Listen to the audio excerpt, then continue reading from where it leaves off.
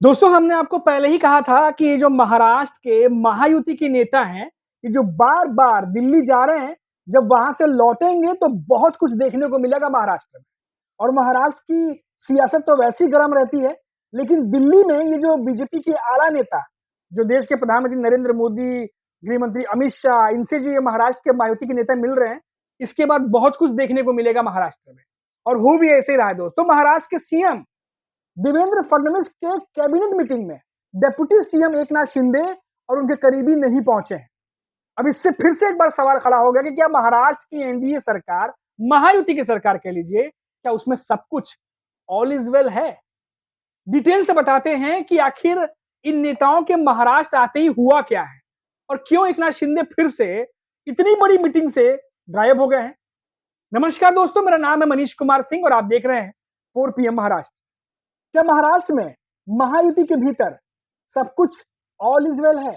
ये सवाल फिर से गूंजने लगा है क्योंकि एकनाथ शिंदे लगातार कुछ ऐसे ही संकेत दे रहे हैं। पिछले दिनों वो विधानसभा सत्र के बीच में दिल्ली चले गए। यहां उन्होंने अमित शाह और पीएम नरेंद्र मोदी से मुलाकात की। उसके बाद यही नहीं, फिर वो मंगलवार को कहा गया कि वो अ, अमित शाह से मिलने के बाद प्रदेश कैबिनेट की मीटिंग में भी नहीं पहुंचे थे और वो रविवार को जम्मू कश्मीर की राजधानी श्रीनगर में थे। लेकिन उन्होंने मंगलवार को कैबिनेट मीटिंग में पहुंचने के लिए उनको जाना था, लेकिन वो नहीं पहुंचे, वहां मौजूद नहीं रहे। अब कयासों को जोर इसलिए भी मिल रहा है क्योंकि उनके करीबी मंत्री भरत गोगावले भी इस बैठक में नहीं पहुंचे। तो अब मान लीजिए कोई बड़ा मंत्री नहीं है तो अपने जगह पर किसी अपने करीबी मंत्री को भेज देता है, लेकिन वो भी नहीं है। अब माना जा रहा है कि एकनाथ शिंदे खुद को और अपने मंत्रियों को नजरअंदाज किए जाने से नाराज चल रहे हैं। भले ही उनके पास फिलहाल विकल्पों की कमी है, ऐसे में साथ छोड़ना मुनासिब नहीं, लेकिन अंदर खाने नाराजगी बरकरार है। उनकी एक चिंता यह भी हो सकती है कि देवेंद्र फडणवीस जो है वो सरकार में शिवसेना से ज्यादा अजीत पवार और उनके लोगों को भाव दे रहे हैं या कहिए भाव मिल रहा है। गोगावले को लेकर खबर है कि वो रायगढ़ के जिले का प्रभारी मंत्री न बनाए जाने से नाराज हैं। अब तक इस जिले में प्रभारी मंत्री का ऐलान नहीं हुआ है क्योंकि एनसीपी की अदिति तटकरे के नाम पर शिवसेना भड़क गई थी। आपको अगर कहानी याद होगी तो ठीक है, जिन दर्शकों को नहीं पता थोड़ा सा फ्लैशबैक में ले जाते हैं और थोड़ा सा बता देते हैं कि आखिर हुआ क्या था। जब रायगढ़ में पालक मंत्री पद को लेकर के जब अदिति तटकरे का नाम लिया गया था, उस समय एकनाथ शिंदे की शिवसेना भड़क गई थी क्योंकि भरत गोगावले वहां से अपना जो है वो परचम बुलंद कर रहे थे कि उन्हें वहां से बनना चाहिए। और उस समय सीएम फडणवीस दावोस में थे। हालांकि एकनाथ शिंदे के पार्टी की नाराजगी को देखते हुए इस फैसले पर स्टे लगा दिया गया, लेकिन अभी तक वो मामला सुलझा नहीं है। और आपको बता दें कि इसके बाद अदिति तटकरे का नाम वापस ले लिया गया था, लेकिन अब तक भरत गोगावले या अन्य किसी का नाम तय नहीं हुआ है। फिर भी इस बीच नाराजगी की एक बड़ी वजह खड़ी हो गई है। वो यह है कि अदिति तटकरे को ही रायगढ़ जिला मुख्यालय में स्वतंत्रता दिवस के मौके पर मुख्य अतिथि के तौर पर जाने का मौका मिलेगा। वही ध्वज फहराएंगे। इससे अब एकनाथ शिंदे की शिवसेना में नाराजगी बताई जा रही है।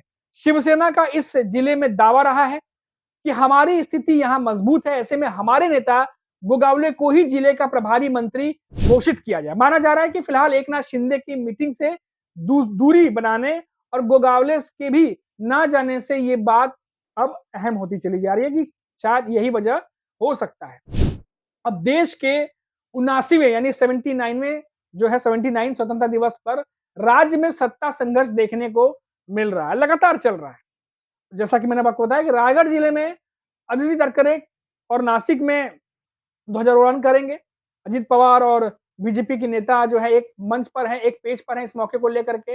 लेकिन वहीं अगर हम बात करें तो बीजेपी के नेता गिरीश महाजन भी होंगे, लेकिन एकनाथ शिंदे के शिवसेना से वहां कोई नहीं जा रहा, ऐसी खबरें आ रही हैं और इसे झटका के तौर पर माना जा रहा है। यानी रायगढ़ वो जिला जहां पर पालक मंत्री पद को लेकर पहले ही मतभेद है। बीजेपी और अजीत पवार की एनसीपी दोनों ने मिलकर अदिति तटकरे का नाम यहां से घोषित कर दिया था, लेकिन भारी विरोध के चलते वापस लिया गया। उसके बाद फैसला हुआ नहीं। हालांकि एकनाथ शिंदे लगातार ये कह रहे थे कि इस पर फैसला हो जाए और जो है कौन बनेगा कौन नहीं बनेगा ये बैठ के चर्चा कर लिया जाए, लेकिन ये अभी तक नहीं हुआ। लेकिन अब स्वतंत्रता दिवस पर ये जो फैसला लिया गया है, इसमें अदिति तटकरे, अजित पवार के एनसीपी के नेता और गिरीश महाजन बीजेपी के नेता, ये दोनों ध्वजारोहण करेंगे, लेकिन एकनाथ शिंदे के पार्टी से कोई नेता यहाँ पर इनवाइट नहीं है, ऐसा खबर आ रही है दोस्तों। ये अपने आप में बहुत बड़ी बात है। अब माना जा रहा है कि शिंदे गुट के पालक मंत्री पद के लिए चल रही जद्दोजहद में अपेक्षित सफलता नहीं मिली, इसीलिए मंत्रिमंडल की बैठक में जो शिंदे सेना है वो ये मामला उठा सकती है। आपको बता दें कि पालक मंत्री पद को लेकर महागठबंधन में शीत युद्ध लगातार चल रहा है। रायगढ़ के पालक मंत्री का पद पाने के लिए संघर्ष लगातार चल रहा है। शिंदे गुट के मंत्री भरत गोगावले को स्वतंत्रता दिवस पर ध्वजारोहण का अवसर नहीं मिल रहा है। इस बात को लेकर महाराष्ट्र में अब भयंकर सियासत चल रही है। इससे शिंदे गुट के विधायकों में गहरी नाराजगी है। अब राजनीतिक दबाव बनाना और ये तमाम चीजें जो है वो चलती रहेंगी, क्योंकि इसी बीच एकनाथ शिंदे जो है वो दिल्ली जाकर के आए हैं, और हालांकि उनका दिल्ली दौरा जो है निश्चित तौर पर महाराष्ट्र में जो कुछ भी चल रहा है उसके फीडबैक के तौर पर ही माना जा रहा है, क्योंकि वहां जाकर के उन्होंने अमित शाह जैसे गृह मंत्री उनसे मुलाकात की है, पीएम मोदी से मुलाकात की है, तस्वीरें भी सोशल मीडिया पर आपने देखी। तो इसीलिए कहा जा रहा है कि क्या एकनाथ शिंदे जो उपेक्षित महसूस कर रहे हैं या जो उनकी पार्टी उपेक्षित महसूस कर रही है, क्या इन्हीं बातों को लेकर के एकनाथ शिंदे मिलने गए थे? क्या इन बातों को सामने रखा गया है? क्या देवेंद्र फडणवीस एकनाथ शिंदे से पहले जाकर के अमित शाह से मिलके आए? क्या उन्होंने इस बारे में अवगत कराया था? क्या महाराष्ट्र के भीतर जो महायुति या कहिए एनडीए गठबंधन जो है, क्या वो खतरे में है? जो तीनों तिकड़ी है, अजित पवार की एनसीपी, एकनाथ शिंदे की शिवसेना और बीजेपी, क्या ये मजबूरी में महायुति गठबंधन अभी चल रही है? क्योंकि बीजेपी अकेले 130 से ज्यादा सीटें जीत चुकी है महाराष्ट्र में और 40 से ज्यादा सीटें अजित पवार के पास है। तो ऐसे में बीजेपी को एकनाथ शिंदे की शिवसेना की जरूरत अभी फिलहाल नहीं है महाराष्ट्र में सरकार चलाने के लिए। लेकिन आपको याद होगा दोस्तों, 2022 में यही एकनाथ शिंदे थे, जब शिवसेना दो हिस्सों में बटी तो एकनाथ शिंदे और बीजेपी के साथ मिलकर के उन्होंने जो है वो सरकार बनाई। अजित पवार तो बाद में शामिल हुए और देवेंद्र फडणवीस को काफी कुछ सुनना पड़ा था अजित पवार को जब उन्होंने शामिल किया। खुद आरएसएस के मुखपत्र में भी कई बार बातें लिखी गई कि जब एकनाथ शिंदे और बीजेपी मिलकर सरकार बना सकते थे तो अजित पवार को साथ में क्यों लिया गया, क्योंकि बात आइडियोलॉजी की भी है, विचारधारा मैच नहीं करती अजित पवार की। लेकिन क्योंकि बीजेपी के नेता सरकार भी चलाना चाहते थे, इसीलिए हमेशा वो ऑप्शन के साथ चलते थे। उन्हें ऐसा लगता होगा कि आगे चल के एकनाथ शिंदे जो है वो नेगोशिएशन या बार्गेनिंग तगड़ी कर सकते हैं, हमें कहीं ना कहीं झुकना पड़ सकता है। क्या इसी वजह से अजित पवार को साथ लिया गया? कई मौकों पर देवेंद्र फडणवीस ये बात कह चुके हैं कि एकनाथ शिंदे थोड़े से संवेदनशील हो जाते हैं, लेकिन अजित पवार प्रैक्टिकल राजनीति करते हैं। प्रैक्टिकल मतलब मुनाफा नुकसान देख करके बीजेपी का भी कदम उठाते होंगे, शायद यही कहने का वजह होगा। लेकिन अब बात चाहे जो भी हो दोस्तों, राजनीति में हमेशा मुनाफा घाटा मुनाफा ये सब तो देखा ही जाता है। जिसकी बिसात जहां सटीक बैठती है वहां वो बिसात चलता है। लेकिन सबके बीच में जो मैंने आपको खबर बताई है वो बहुत इंपॉर्टेंट खबर है।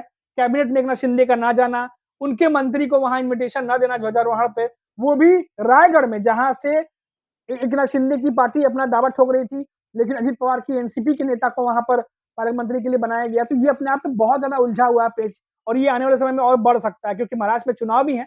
तो क्या ये जो दरार दिख रही है ये आने वाले समय में क्या और बढ़ेगी, इस पर भी हमारी नजर बनी रहेगी। फिलहाल अभी के लिए इतना ही। आप देखते रहिए 4 PM महाराष्ट्र। नमस्कार।